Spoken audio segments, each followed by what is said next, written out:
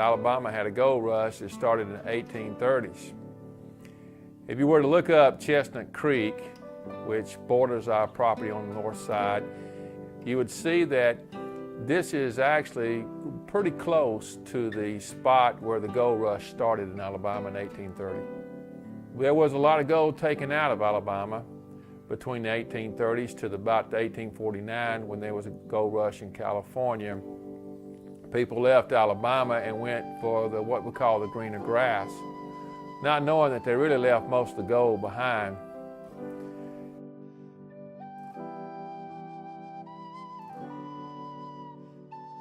In 1999, was a time when we were getting to be close to the Lord, and I began to study a lot about wisdom and the importance of wisdom. And Jesus said, out of the abundance of the heart, the mouth speaks. And so when I was in church, I was always pretty excited about wisdom and the value of getting wisdom. And I'd tell my fellow brother, and I said, you know, got to tell you practical things like where the gold and where the silver is. Now, at the time, I didn't have any visions of being in the mining business. We were in the construction business, but I said it over and over and over again, hundreds of times. Got to tell you practical things, like where the gold and where the silver is. In 2004, we were asked to do a little contracting job where we were doing some exploring work for a mining company, and some test reports came back to show some gold. I was seeking God about what He wanted me to do and how He wanted me to finish out my life, and that same year He told me, I want you to get the minerals out of that ground. He also told me that ground was loaded with minerals, but it was going to take faith to get them out of the ground. So we began to, while we were doing contracting work, do a little exploration work too. One thing led to another, and we ended up, by the favor of God, finding the right consultant, Advanced Analytical. We met Gary Smith, the owner of Advanced Analytical, and God gave us a lot of favor with him because he was a believer who loved God just like we did.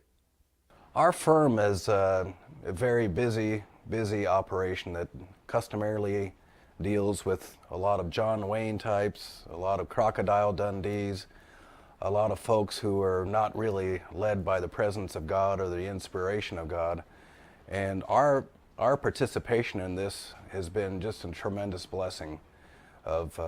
We've never really seen anything like it, where the entire operation is focused by prayer, where there's been countless situations where we know that we've seen the hand of God in every corner.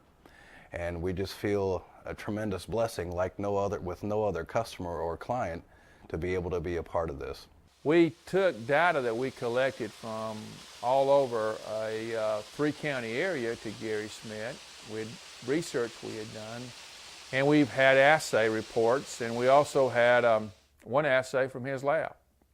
He reviewed all those assays, and then we had a consultant meeting with him, and he was going over my book, a big thick red book with different exhibits, and as he was going over the book, he would make comments concerning my discoveries and the information I had in the book. And he turned the page and he saw, that's my assay. I did that. And he looked at it, and a strange look came on his face, and he said, Sandy, every once in a while somebody finds a hot spot of precious metals, and I think you found a hot spot.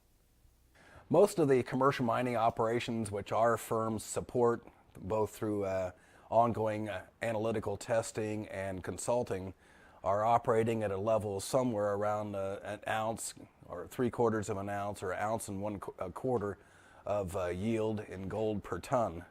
In this case, there's 4.5 to 4 3/4, 5.5 on average ounces per ton in the ore, and we're already recovering 80% of that. So the recovered amount of gold on this property through our extensive testing is far higher than most any commercial operation we're aware of. 2006, Gary encouraged me. He said, Sandy, you don't know what you found. Stay with it. Look for it. So We would do contracting work, and then we would do a little bit of exploration work in our spare time, if you call it that. We dug up some samples. We had Gary review those samples. We had them assayed, and Gary was shocked. We had discovered a large deposit of precious metals. The test reports came back. They were great, showing large quantities of gold, silver, rhodium, palladium. We sent more samples in, had the same results. We had Gary Smith come down and review the property. He got excited. Matter of fact, he got excited about one particular spot. He got so excited we call it Gary's Hill today. And we believe that's one of the first areas we'll end up mining here. Our researchers we work with in collateral operations around the world, we have learned that God has laid these noble metals into ore bodies in a certain hierarchy and with certain principles and characteristics. And we now know that the noble metals, gold, platinum, palladium, rhodium, ruthenium, all have their own unique frequency, their own unique harmonic, their own unique color wavelength at 4,000 degrees. And those are now, that are called lines, are published on the United States Bureau of Weights and Measures. And what our firm is doing is employing these principles of God to learn how to take those characteristics of frequency and harmonic and use them as enhancing tools and guidelines as to how to extract the noble metals from the ore. How big is our discovery? Well, we're not finished discovering it. So far, we've identified over 3 million tons of ore. The ore value is around $16,000 a ton, a little over that, actually. So it's pretty big. We're talking to Gary about how big it is, and other experts, they say, Sandy, we think you discovered the tip of the iceberg. In our industry, in the noble metals industry, this is a very famous and notable type of accomplishment.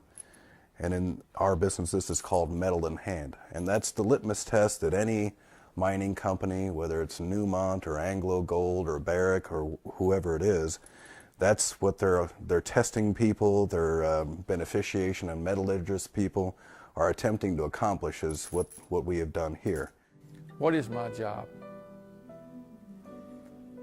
Well, I defined it more recently, and my job is simply to do this, to fill buckets of precious metals. And my job is to fill them as fast and as efficient as I can, and use those buckets for the kingdom of God's purposes. That's why we insist that people who work with us and invest with us are Christians, because we want to put this wealth in the hands of Christians so that Christians can take it and distribute it where it needs to be. We'll distribute our part. We've already working on that. We've already built a distributed system before our project's even complete. So, what's my assignment? It's exciting. Fill buckets of precious metals. Use them for kingdom of God's purposes.